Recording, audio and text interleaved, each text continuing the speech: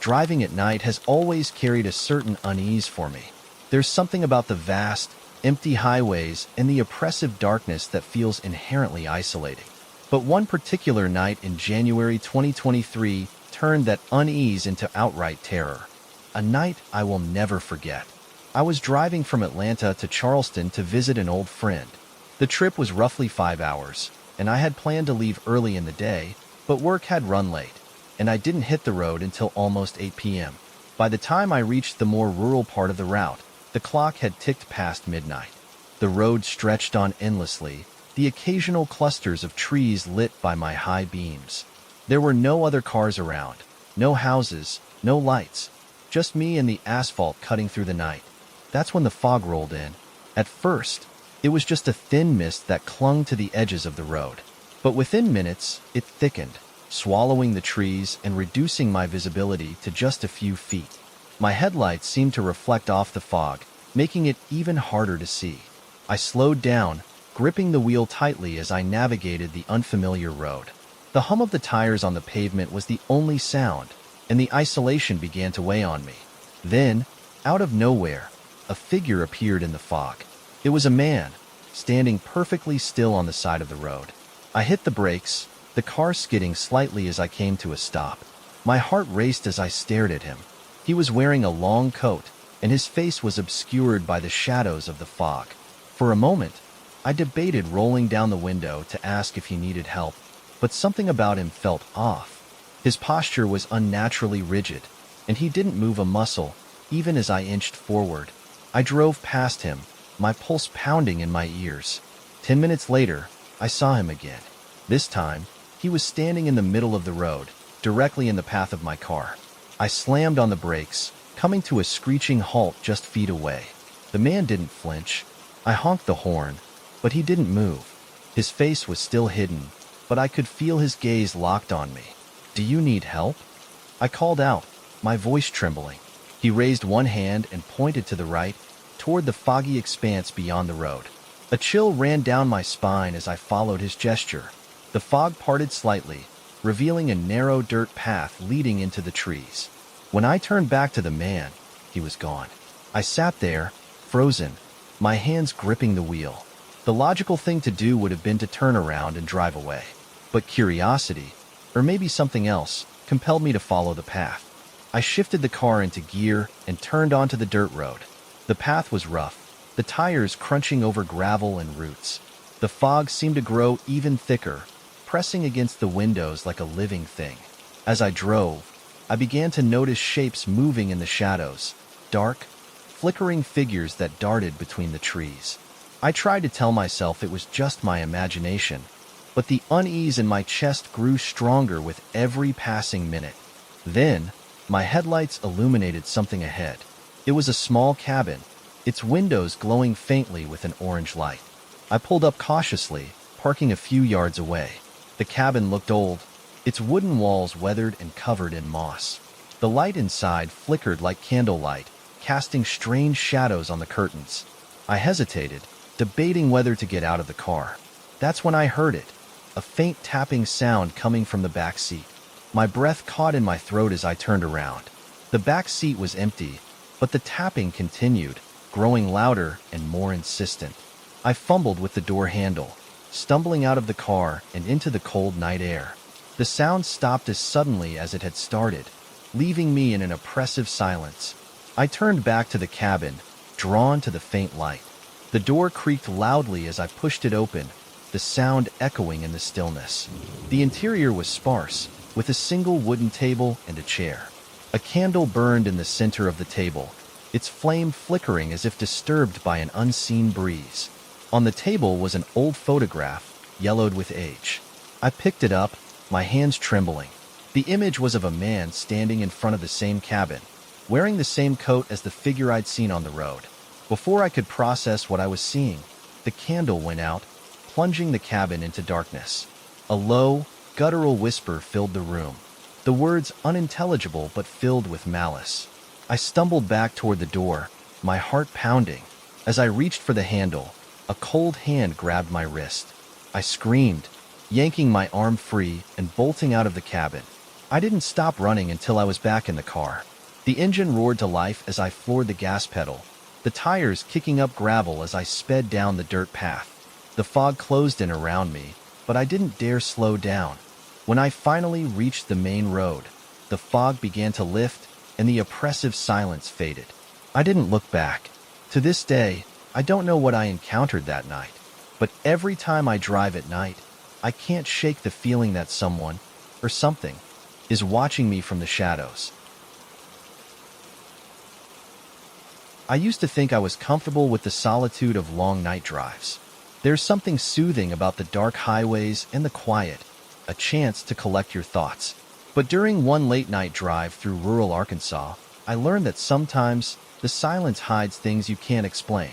It was early January 2022, and I was driving back to Little Rock after visiting my grandparents in Fayetteville. I had stayed later than I'd planned, helping them with chores around their farm, so I didn't hit the road until well after 10 p.m. The highway stretched out ahead, dark and empty, the trees on either side casting long shadows under the moonlight. I had the radio on low, just loud enough to keep me awake, but the signal kept cutting in and out. Eventually, I gave up and turned it off, letting the hum of the engine fill the silence. About an hour into the drive, I saw him. At first, I thought my eyes were playing tricks on me. A figure was standing on the shoulder of the road, just beyond the reach of my headlights. As I got closer, the details came into focus. A man in his mid-30s, wearing a tattered jacket and jeans.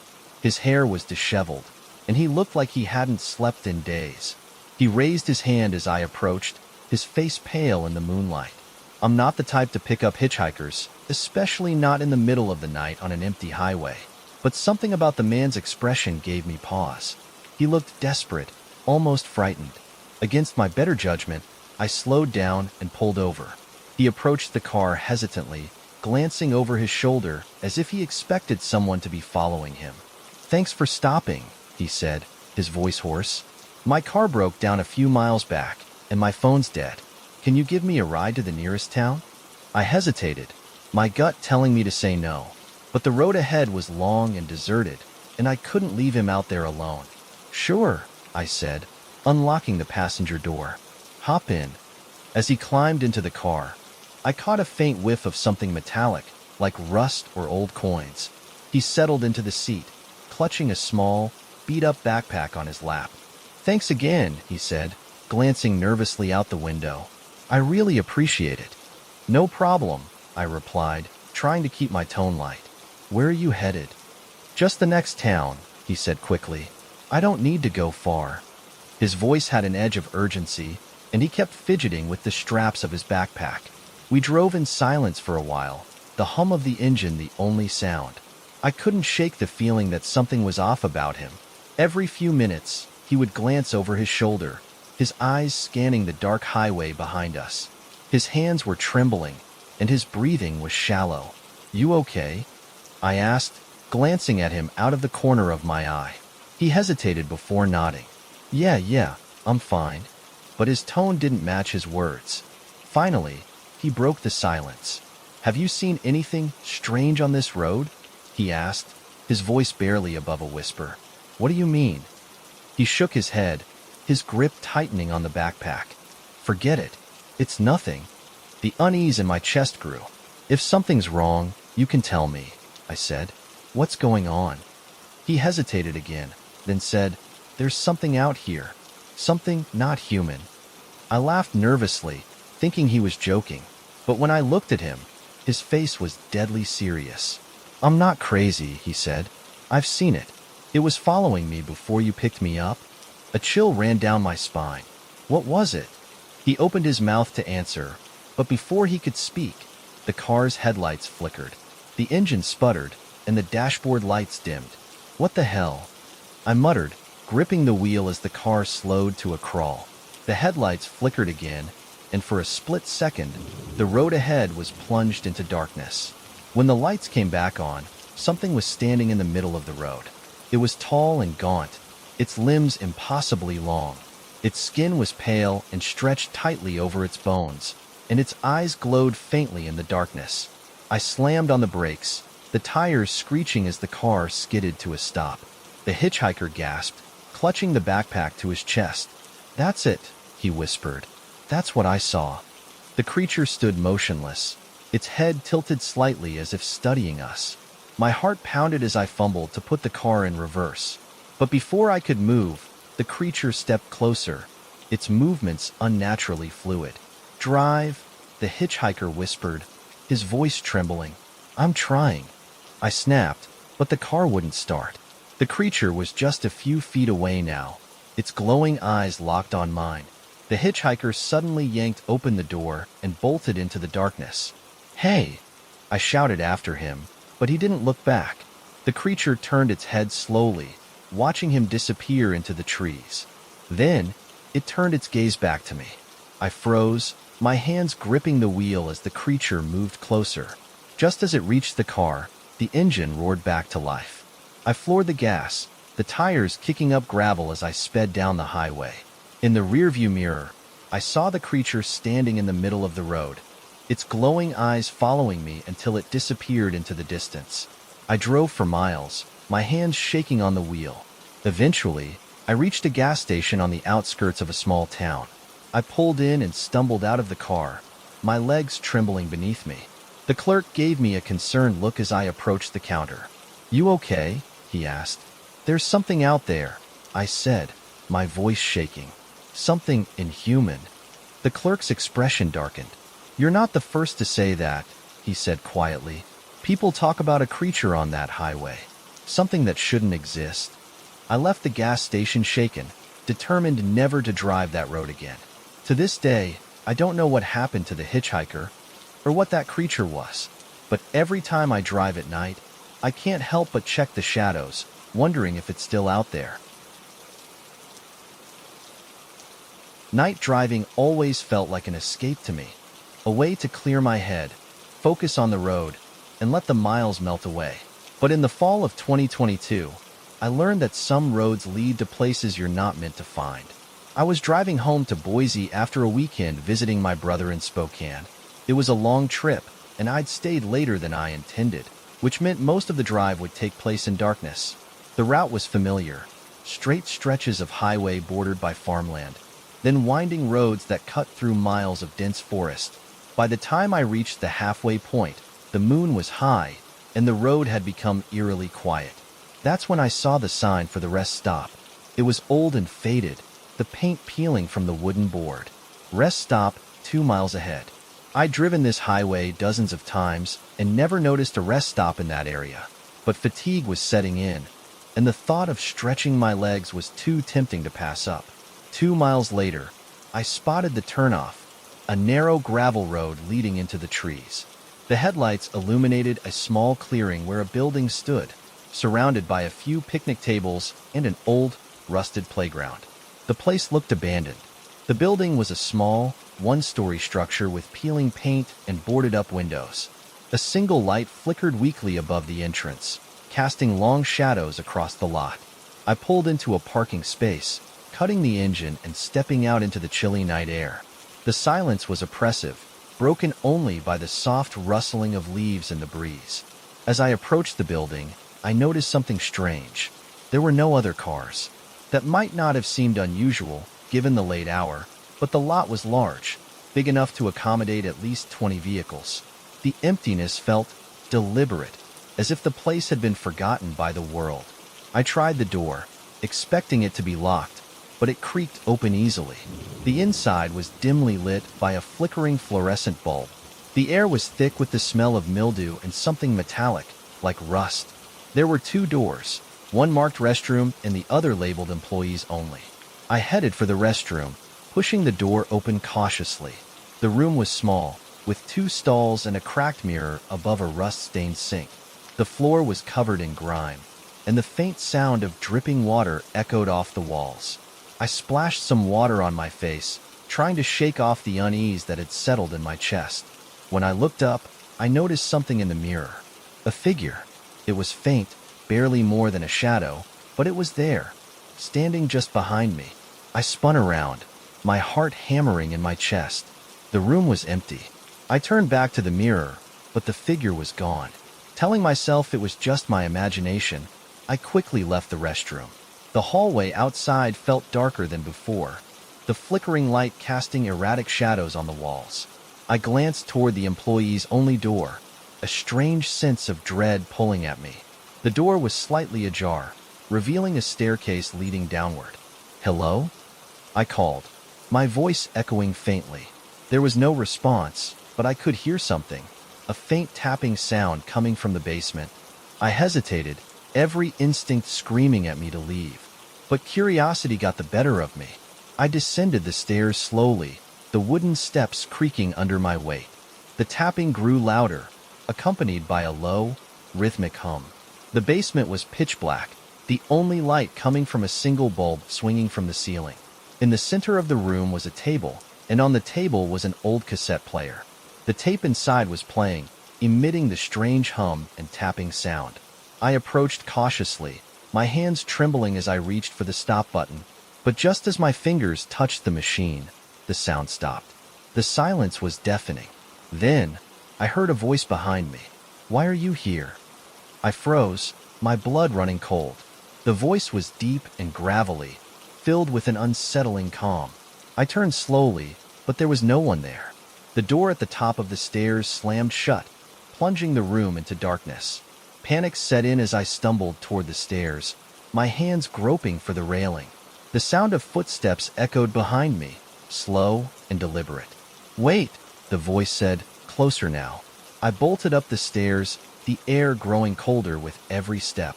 When I reached the top, the door was locked. I pounded on it, screaming for help. The footsteps grew louder, and I felt a hand brush against my shoulder. The door flew open, and I stumbled into the hallway, gasping for breath. The building was different now. The walls were cracked and covered in graffiti, and the air was heavy with the stench of decay. I ran outside, my chest tight with fear. The parking lot was empty, my car nowhere to be seen. The playground was gone, replaced by a field of dead grass. The picnic tables were overturned, their wood rotting and splintered. I turned in circles, trying to make sense of what I was seeing. Then, I spotted something in the distance, a figure standing at the edge of the clearing. It was tall and thin, its face obscured by shadows. As I watched, it began to move toward me, its movements slow and jerky. I backed away, my heart pounding as it came closer. Then, without warning, the figure stopped and pointed toward the road. I didn't wait to see what it wanted. I ran blindly, my lungs burning as I sprinted down the gravel path. When I reached the highway, my car was parked on the shoulder, the engine idling. I jumped in, slamming the door and speeding away without looking back. To this day, I don't know what I encountered at that rest stop, but every time I drive at night, I can't help but wonder if it's still out there, waiting for its next visitor. Driving at night has a way of making the world feel infinite and isolating. I used to find that comforting, but after one fateful drive, I realized how easily the dark can become a trap. In March 2023, I was driving from Denver to Santa Fe to visit my cousin. It was a long drive, nearly 6 hours, but I'd done it before. I decided to leave after dinner, hoping to avoid traffic and make it to Santa Fe before midnight. For the first couple of hours, the drive was uneventful. The highway was quiet, and the glow of the moonlit desert landscape was strangely calming. But as the night wore on, a sense of unease began to creep in. It started with the headlights. Around 11 p.m., I noticed a pair of headlights in the distance behind me. I didn't think much of it at first, but after a while, I realized they weren't getting any closer. The car seemed to be following me, keeping the same distance no matter how fast or slow I drove. At first, I told myself it was just a coincidence, but the longer it went on, the harder it was to ignore. Then, the lights disappeared. One moment, they were there, bright and steady. The next, they were gone, swallowed by the darkness. I glanced in my rearview mirror, trying to make sense of it. Maybe the driver had taken an exit I hadn't noticed. But as I kept driving, a pair of headlights appeared in front of me. The car was parked on the shoulder, its lights casting long, eerie shadows across the road. As I got closer, I realized the driver's side door was open. A man was standing beside the car, dressed in a dark suit. He was tall and thin, his features obscured by the shadows. I slowed down, debating whether to stop and ask if he needed help, but something about him felt wrong. His posture was unnaturally rigid, and he didn't move as I passed. As I drove by, he turned to face me, his eyes following my car. A chill ran down my spine. I hit the gas, putting as much distance between us as I could. For the next hour, I couldn't shake the image of him from my mind. His face was pale and expressionless, like a mannequin. I tried to focus on the road, but the feeling of being watched lingered. Then, I saw him again. This time, he was standing in the middle of the road. I slammed on the brakes, the tires screeching as the car came to a stop. The man didn't move, didn't flinch. He just stood there, staring at me. I honked the horn, hoping he would step aside, but he didn't budge. Finally, I reversed and went around him, my heart pounding in my chest. The man vanished into the darkness, and I drove on, my hands trembling on the wheel. By now, I was desperate for a break. When I saw the gas station up ahead, I pulled in, grateful for the bright lights and the promise of other people. The station was small and run down, but it felt like a sanctuary. I parked near the pump and stepped out, the cold night air biting at my skin. Inside, the clerk barely looked up as I approached the counter. I bought a coffee and tried to shake off the lingering fear. As I returned to my car, I noticed something strange. The man in the suit was standing under a nearby streetlight, his face obscured by the shadows. My breath caught in my throat as I stared at him. He didn't move, didn't react. I got in the car and locked the doors, my hands trembling as I fumbled with the keys. When I looked up again, he was gone. I floored the gas, speeding out of the station and back onto the highway. For the next hour, the road was empty, and I began to think I'd imagined the whole thing. But as I approached an overpass, the headlights reappeared. This time, they were directly behind me, blindingly bright. The car followed me closely, its engine roaring as it matched my speed. I swerved onto the shoulder, letting the car pass. But as it did, I realized there was no driver. The car sped ahead, its taillights disappearing into the night. Shaken, I drove on, desperate to reach Santa Fe. The road felt endless, the darkness pressing in from all sides. My phone had lost signal, and the GPS was frozen, the map refusing to load. Then, I saw the man again. He was standing on the side of the road, his suit immaculate despite the dusty landscape. This time, he smiled. It wasn't a friendly smile. It was cold, calculated, and full of malice. I drove past him without slowing down, my heart pounding. But as I glanced in the rearview mirror, he was there, in the back seat. I screamed, swerving wildly as the car skidded to a stop. When I turned around, the back seat was empty. I sat there, shaking, trying to catch my breath. The road was silent, the man nowhere to be seen. I didn't stop again until I reached my cousin's house, collapsing into their arms as I recounted what had happened. To this day, I don't know who or what I encountered on that highway, but I've never driven that route at night again. I've always thought of night drives as peaceful, even therapeutic. There's something about the stillness of the world at night that calms me. But one night, while driving through the back roads of Colorado, I learned that the dark can hide things far more terrifying than I ever imagined. It was February 2023, and I was driving home after visiting a friend in a remote mountain town. The main highway was closed due to a rock slide, so I had to take a winding detour through the forest. The road was narrow, with sharp turns and steep drops on either side. The only light came from my headlights, which barely seemed to penetrate the dense trees. I told myself it was just a few hours of driving, and I'd be home before midnight. I was wrong. The first sign of trouble came about an hour into the drive. The road had been completely empty, and I hadn't seen another car since leaving my friend's place. But as I rounded a sharp bend, I saw something ahead, a pair of taillights glowing faintly in the distance. At first, I was relieved. It was comforting to know I wasn't entirely alone on this desolate road. But as I got closer, I realized something was off. The car was stopped in the middle of the road, its hazard lights blinking erratically. I slowed down, pulling to a stop a few yards behind it. The car was old, with rusted edges and a shattered rear window. I honked lightly, hoping to get the driver's attention. No one responded. Curiosity got the better of me, and I stepped out of my car. "Hello?" I called, my voice echoing in the stillness. There was no answer. The car's engine wasn't running, and the interior was dark. As I approached, I noticed the driver's door was open, hanging slightly ajar. Something about it felt wrong, but I couldn't put my finger on it. Then, I saw the blood. A streak of it ran down the side of the car, dried and dark against the rusted metal. My stomach turned as I stepped closer, peering inside. The seats were torn, and the dashboard was shattered, as if something had exploded inside. "Is anyone here?" I called again, my voice trembling. A faint rustling sound came from the woods to my right. I turned, shining my phone's flashlight into the trees. The beam of light flickered weakly, barely illuminating the dense underbrush. For a moment, I thought I saw movement, a shadow darting between the trees. My heart raced as I backed toward my car. The sense of unease was overwhelming now, a primal instinct screaming at me to leave. As I reached for the door handle, the hazard lights on the abandoned car stopped blinking. The sudden darkness was jarring, and I froze, listening to the silence. Then, the taillights came back on. Only now, they weren't on the car. They were in the woods.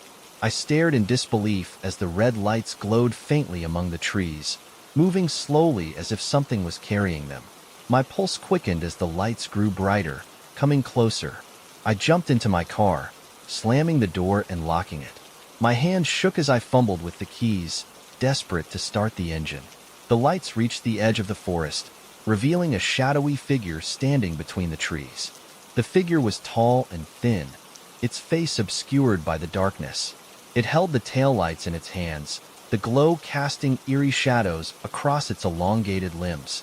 I didn't wait to see what it would do. The engine roared to life, and I hit the gas, swerving around the abandoned car and speeding down the road. For a few minutes, I thought I was safe. The road was empty, and the forest began to thin out, giving way to open fields. I started to relax, telling myself it was just my imagination playing tricks on me. But then, the lights returned. They appeared in my rearview mirror, glowing red and steady as they gained on me. At first, I thought it was another car, but as I watched, the lights began to shift and distort, flickering like a dying bulb. The same shadowy figure appeared, running alongside the lights, its movements unnaturally fast and fluid. I pressed the gas pedal to the floor, the speedometer climbing as I tried to outrun it. The road blurred as the car raced through the darkness, my heart pounding in my chest. But no matter how fast I went, the lights stayed with me, growing brighter and brighter until they filled the rearview mirror. Then, they vanished. The sudden darkness was disorienting, and I struggled to keep the car on the road. Ahead, the outline of a bridge loomed, its structure barely visible in the moonlight. As I approached, I saw another car parked in the middle of the bridge. It was the same car I'd seen earlier. I slammed on the brakes, the tires screeching as the car skidded to a stop. The abandoned car's taillights were glowing again, casting an eerie red light across the bridge. As I sat there, frozen with fear, the shadowy figure emerged from behind the car. It stood perfectly still, its head tilted as if studying me. The figure raised one arm, pointing to the edge of the bridge. My breath caught in my throat as I followed its gesture. Below the bridge, the river was pitch black, its surface reflecting the faint glow of the taillights. I didn't wait to see what the figure wanted. Slamming the car into reverse, I backed away from the bridge, my heart racing. As I turned the car around and sped back the way I came, the lights disappeared again. This time, they didn't return. I drove for hours, refusing to stop until I reached a gas station on the outskirts of a small town. The clerk looked up as I stumbled inside, my face pale and my hands shaking. "Rough night?" he asked, raising an eyebrow. "You have no idea," I muttered. To this day, I don't know what I saw on that road, but every time I drive at night, I can't help but check the mirrors, half expecting to see those flickering lights again. I've driven a lot of lonely roads in my life, but there's one stretch of highway that I'll never forget. What started as a routine drive turned into a nightmare I can't explain, and to this day, I still can't make sense of what happened that night. It was April 2023, and I was driving from Billings, Montana, to a small town in South Dakota for work. I'd left late in the evening after a long day, hoping to cover as much ground as I could before stopping for the night. The first few hours were uneventful. The road was empty, and the stars above seemed brighter than usual, their lights spilling over the vast plains. I had a playlist on, the occasional hum of static as I lost radio signal. But as midnight approached, the highway began to feel different. The air seemed heavier, and the horizon blurred into a gray haze. That's when I saw the turnoff. It wasn't marked on my GPS, and I didn't remember seeing it on the map. A wooden sign, weathered and barely legible, pointed to a narrow road that veered off into the darkness. It read, "Shortcut to Mayfield, 20 miles." Mayfield was the town where I'd planned to stay for the night. The shortcut would save me almost an hour, so I turned onto the road without much thought. The asphalt quickly gave way to cracked pavement, and the trees lining the road grew denser, their twisted branches forming a canopy that blocked out the stars. My headlights struggled to cut through the thickening fog. The further I drove, the more unsettling the road became. The trees seemed to lean closer, their gnarled branches brushing against the car as I passed. The air inside the vehicle grew colder, and I could feel a strange pressure in my chest, like the weight of an unseen presence. That's when I saw the first sign. It was an old, rusted road sign on the side of the road, barely illuminated by my headlights. The text was faded, but I could just make out the words, "Welcome to Mayfield." The strange thing was, I hadn't been driving long enough to reach the town. According to the GPS, I should still be at least 15 miles away. I shook it off, convincing myself the sign was just a relic from an old town boundary. But as I continued, the road began to change. The pavement grew rougher, cracks widening into deep grooves that made the car jolt and rattle. The fog thickened, swirling around the car like smoke. Then I saw the lights. At first, I thought it was another car approaching from the opposite direction. But as the lights drew closer, I realized they weren't headlights. They were lanterns. Two dim, flickering lights swung gently back and forth, suspended in the air at the side of the road. As I passed, I caught a glimpse of a figure standing beneath them. A man in old-fashioned clothes, his face obscured by a wide-brimmed hat. He didn't move as I drove by, and his lanterns cast long, distorted shadows across the road. A chill ran down my spine as I glanced in the rearview mirror. The man was gone, but the lanterns remained, their faint glow fading into the fog. I pressed on, my grip tightening on the wheel. A few minutes later, I saw another sign. This one was newer, its text clear and bold, "Dead end, turn back." My stomach tightened. I hadn't seen any other roads or turnoffs, and the GPS was still frozen, showing my car as a blinking in the middle of nowhere. Ignoring the sign, I kept driving. The road began to narrow, the trees pressing closer until their branches scraped against the sides of the car. Then, out of the fog, a structure appeared. It was a bridge, narrow, old and rusted, with wooden planks barely wide enough for the car.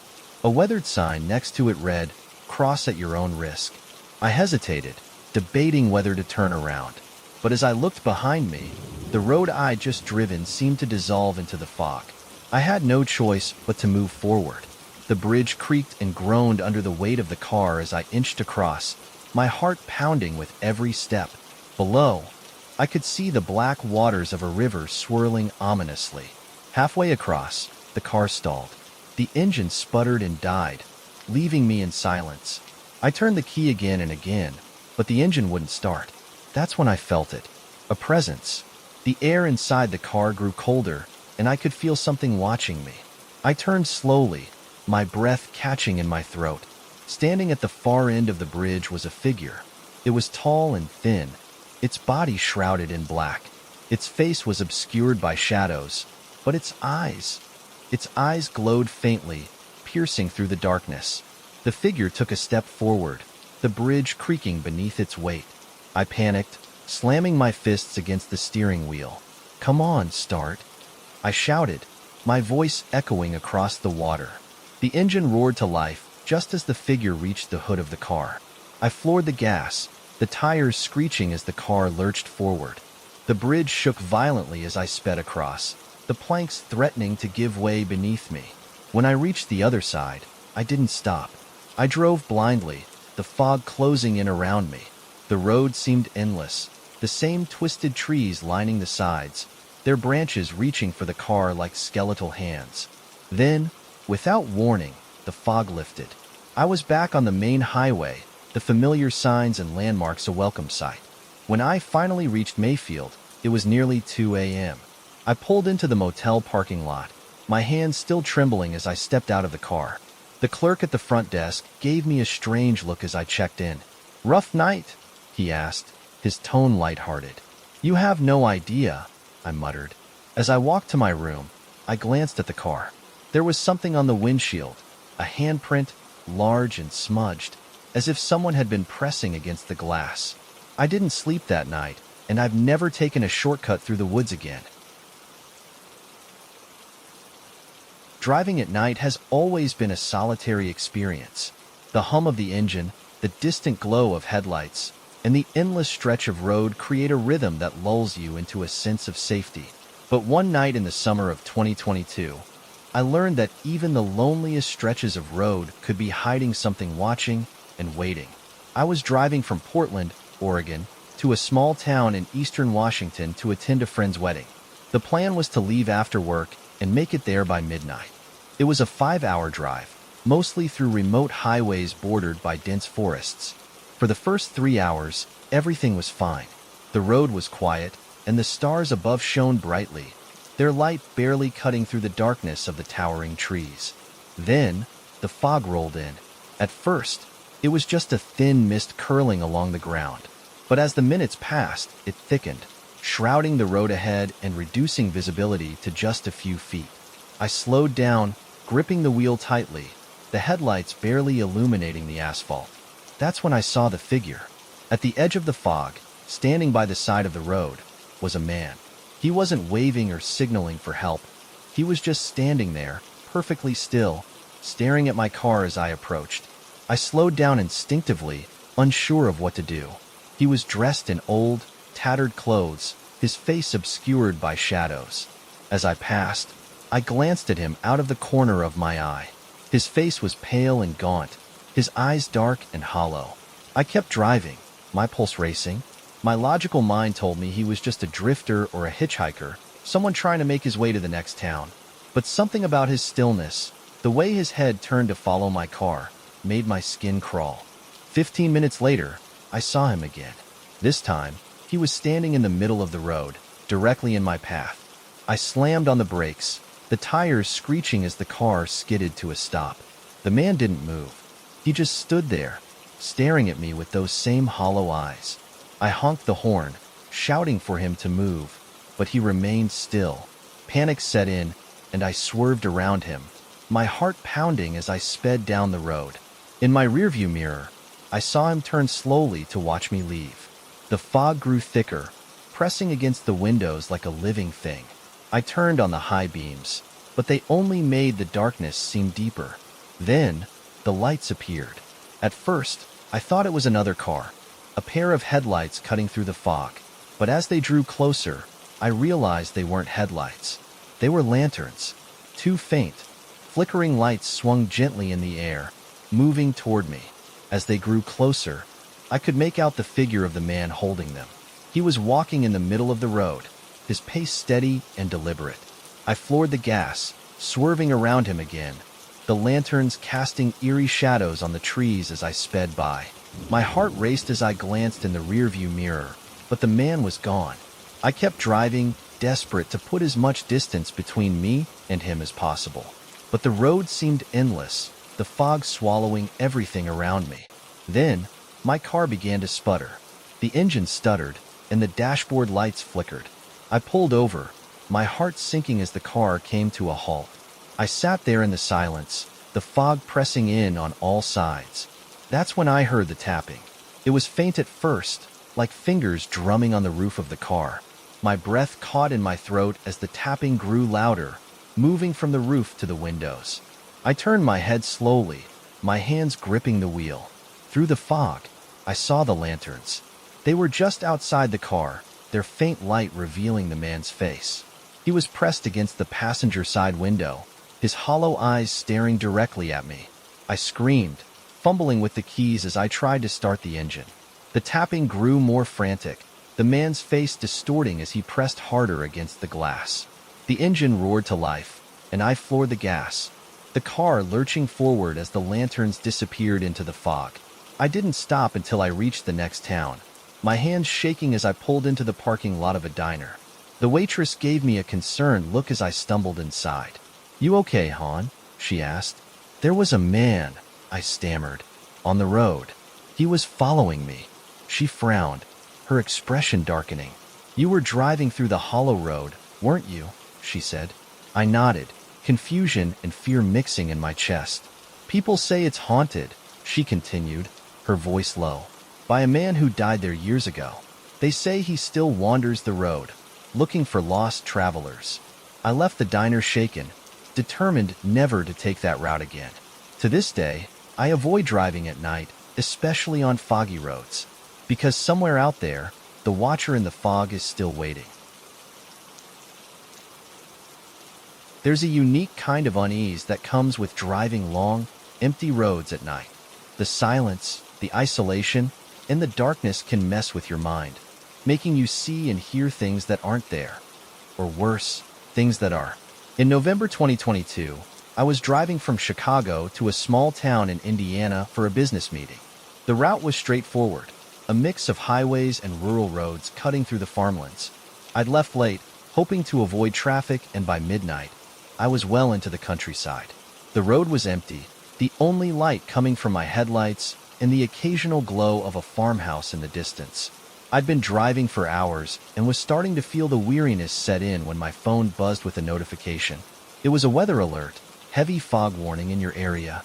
Drive with caution. I glanced at the road ahead, and sure enough, a thin mist was starting to gather along the asphalt. It wasn't too bad at first, just a light haze that softened the edges of the landscape. But as I continued, the fog thickened, swallowing the road in a dense, gray blanket. I slowed down, my hands tightening on the wheel as visibility dropped to just a few feet. The eerie silence was broken only by the hum of the engine and the occasional crunch of gravel as I drifted too close to the shoulder. That's when I saw her. A figure emerged from the fog, standing on the side of the road. She was a young woman, her hair tangled and damp, her clothes torn and dirty. She was barefoot, her arms wrapped tightly around herself as she shivered in the cold. Instinctively, I slowed down, rolling down the window as I pulled alongside her. "Do you need help?" I called out, my voice echoing in the stillness. She looked at me, her eyes wide and hollow, and nodded slowly. Against my better judgment, I unlocked the passenger door. She climbed in without a word, her movements stiff and mechanical. "Where are you headed?" I asked, trying to mask my unease. She didn't respond right away, her gaze fixed on the road ahead. "Just keep driving," she said finally, her voice barely above a whisper. The air inside the car grew colder as we drove, and I couldn't shake the feeling that something was off about her. She sat perfectly still, her hands folded in her lap, her face pale and expressionless. The silence between us was suffocating, and every now and then, I'd catch her glancing at me out of the corner of my eye. I tried to make small talk, but she didn't answer. The only time she spoke was to say, "Turn here," directing me onto a narrow, unmarked road that cut through the foggy fields. The road was rough and overgrown, the branches of nearby trees scraping against the car as we passed. The headlights illuminated nothing but the dense fog and the occasional outline of a fence or a gate. After what felt like an eternity, she finally spoke again. "You can stop here," she said, her voice suddenly firm. I pulled over, the car coming to a halt in the middle of nowhere. She turned to me, her hollow eyes locking onto mine. "Thank you," she said, a strange smile creeping across her face.